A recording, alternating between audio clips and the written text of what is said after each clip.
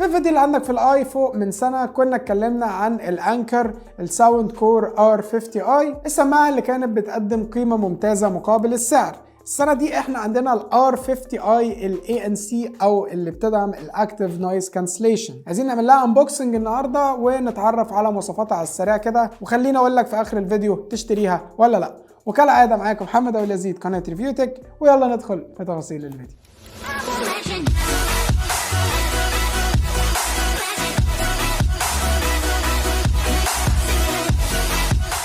خليني النهارده بقى نعمل انبوكسنج سوا للتحفة الفنية بتاعة انكر الجديدة في السوق المصري. طبعا هي مش جديدة قوي، بقى لها فترة نازلة، وانا معايا السماعة دي بقى لها فترة بجربها، وكنت مكسل بصراحة اصورها، بس اخيرا هنصورها النهاردة مع بعض ان شاء الله. الساوند كور بتاعة انكر، واللي هي ال R50i الفيرجن ال ANC او ال NC اللي هو فيه Active Noise Cancellation. السماعة دي يا جماعة بتقدم سبيكس ممتازة مقابل السعر بتاعها، واللي هو هنا بيتراوح من 1200 ل 1500 جنيه على حسب انت هتجيبها منين. مكتوب عليها هنا 3 مواصفات رئيسية او 3 حاجات رئيسية لو بصينا عليهم كده، ان هي بتقدم طبعا Powerful Sound، فيها 4 ميكروفونات في كل سماعة، في 2 ميكروفونز بيستعملوا ال AI علشان تعمل بيهم Clear Calls. والكيس بتاعت السماعة دي بتعمل حاجتين، اولا بتشحن السماعات، والكيس نفسها بقى تاني حاجة فيها ستاند للموبايل بتاعك، عشان لو انت في مكان معكش ستاند تثبت عليه الموبايل ممكن تثبتها على العلبة. هنشوفها مع بعض ونشوف بتستعملها ازاي. طبعا هنا Adaptive Noise Cancellation، بطارية 10 ساعات في السماعات، وبالكيس بتوصل ل 45 ساعة.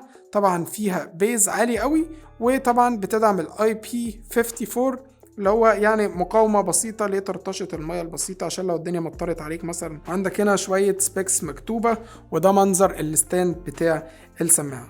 طيب من فوق مفيش أي حاجة، ومن تحت مفيش أي حاجة. تعالى نفتحها كده مع بعض. طبعا زي ما بقولك أنا فاتحها من بدري وجربتها، والكواليتي بتاعتها بصراحة ممتازة. عندك كده بتلاقي كتيب التعليمات اللي محدش بيقراه. عندك السماعات نفسها هنا جاية في كيس صغير كده. عندك دي بقى الغيارات اللي كنت بقولك عليها، مقاس السمول ومقاس اللارج على حسب مقاس ودنك، بس هي المقاس الميديم اللي راكب عليها كويس قوي. وعندك هنا الكيبل بتاع الشحن اللي بيجي من نوع تايب A to تايب C، تشارجنج كيبل صغير قوي شبه بتاع الباور بانكس بتاعت انكر.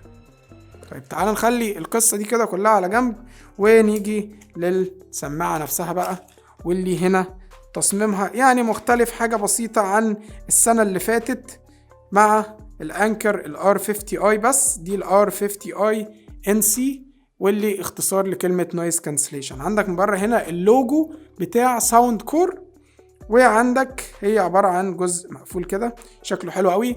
عندك هنا طبعا المدخل بتاع الشحن، واللي بيجي من نوع تايب C، ومن تحت هنا في LED ستريب كده شكله لطيف قوي.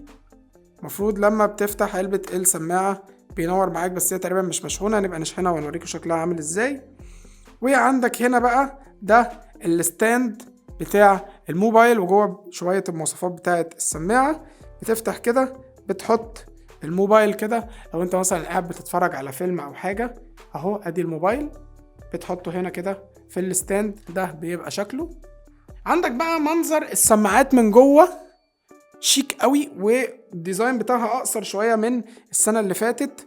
طبعا الماجنتيك بتاعها قوي قوي، ما بتقعش بسهوله من الكيس كده. لو طلعنا الاتنين نشوف شكلهم عامل ازاي بره، شكلهم حلو قوي يا جماعه. الجزء اللي جوه كده كله جلوسي، وبعدين من الجزء الجلوسي ده بقى الجزء اللي بره مات، معمول بطريقه مات كده ما يلمعش، علشان شكله بقى اللي بيبقى باين من بره كده. وهنا لوجو بتاع ساوند كور، طبعا الديزاين المتعارف عليه اللي شبه الديزاين بتاع الايربودز. تعالوا بقى نوصلهم سوا كده ونشوف شكلهم عامل ازاي ونسمع صوتهم.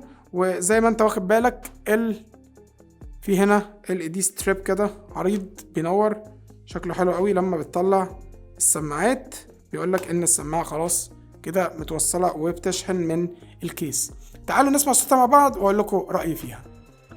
طبعا بعد ما عملنا انبوكسنج، تعالى بقى نجيب موبايلنا الجميل كده ونوصل على السماعة بتاعتنا ونشوف الكواليتي بتاعت الصوت بتاعتها حلوة ولا لا. عندك هنا الستاند اللذيذ اللي كنا اتكلمنا عليه قبل كده، ممكن تحط الموبايل بالطريقه دي وتبتدي انك تتفرج على الفيديوز بتاعتك. تعالى بقى نفتح الابلكيشن نفسه. خلاص انا مجرد وانس ان انا دوست كده فالجهاز خلاص بقى كونكت. عندي اول حاجه بيجيب لي بطاريه كل سماعه لوحدها، بطاريه السماعتين الحمد لله 100%. عندك هنا كمان 3 اوضاع رئيسيه، الوضع النورمال العادي خالص، ووضع الترانسبيرنسي مود اللي بيخليك تسمع الاصوات الخارجيه بطريقه كويسه، وعندك وضع النويز كانسليشن واللي بيكتم لك الصوت الخارجي بنسبه كبيره، قول مثلا بنسبه 50%. طبعا السماعه فيها باسيف نويز كانسليشن واللي هو اوريدي البلاستيك او الاير تيبس بتاعه السماعه بتكتم لك الصوت في ودنك شويه، ولما بتشغل النويز كانسليشن موضوع الضوضاء الخارجيه بتتكتم شويه. انا جربتها بره البيت، جربتها في الاوت دور، بتقلل الاصوات الخارجيه بنسبه كبيره قوي، يعني ممكن اقول لك بنسبه مثلا 50%. الاصوات الخارجيه، صوت المترو، صوت العربيات، الزحمه، الكلاكسات اللي في الشارع، الدوشه، الكلام ده كله بتقلله لك بطريقه كبيره قوي. بلس انك بقى علشان السماعه صوتها عالي كمان، لما بتشغل بقى ميوزك او تشغل اي حاجه تتفرج عليها، خلاص انت بالنسبه خارجيه او نسبه الاصوات الخارجيه اللي بره بالنسبه لك راحت خالص. بلس بقى ان السماعه دي فيها كذا ساوند افكت انت ممكن تختاره من هنا، وكمان فيها موضوع السراوند ساوند ده، لما بتشغله بتلاقي الصوت عالي في ودنك كده كأن الصوت جاي مش من السماعه اللي لازقه في ودنك، جاي من مكان بعيد. ما بنصحوش قوي، وهو بيقلل الكواليتي بتاعه السماعه. البلس بوينت اللي عندي في السماعه دي هي موضوع النويز كانسليشن، وممكن تتحكم فيه بكذا طريقه. عندك اكتيف نويز كانسليشن، وبيقلل النويز كانسليشن ويعليه ديبند اون الحاجه الخارجيه او الصوت الخارجي بالنسبه لك.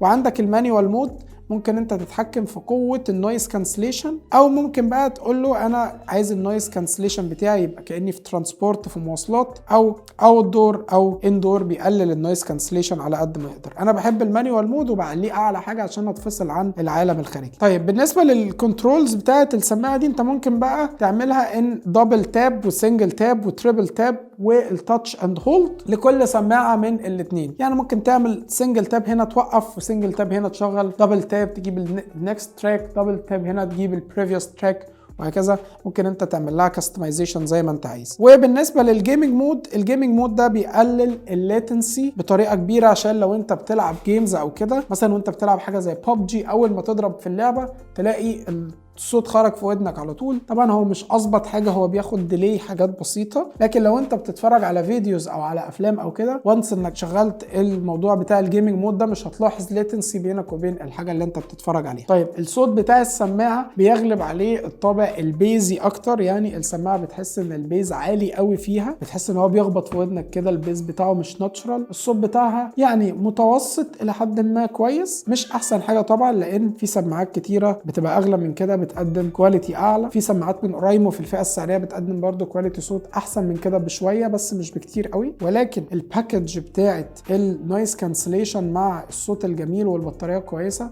مش هتلاقيها غير في الانكر. البطاريه بتاعتها برضو حلوه قوي. السماعه في الودن ثابته بطريقه كبيره، يعني ما بتتحركش من ودنك بسرعه، ثابته قوي.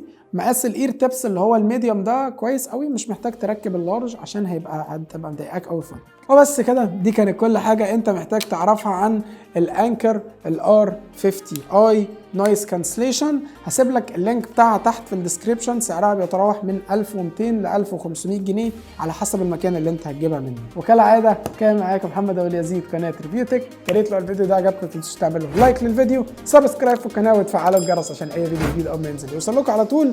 ونتقابل في الفيديوهات الجايه والى لقاء اخر ان شاء الله. سلام.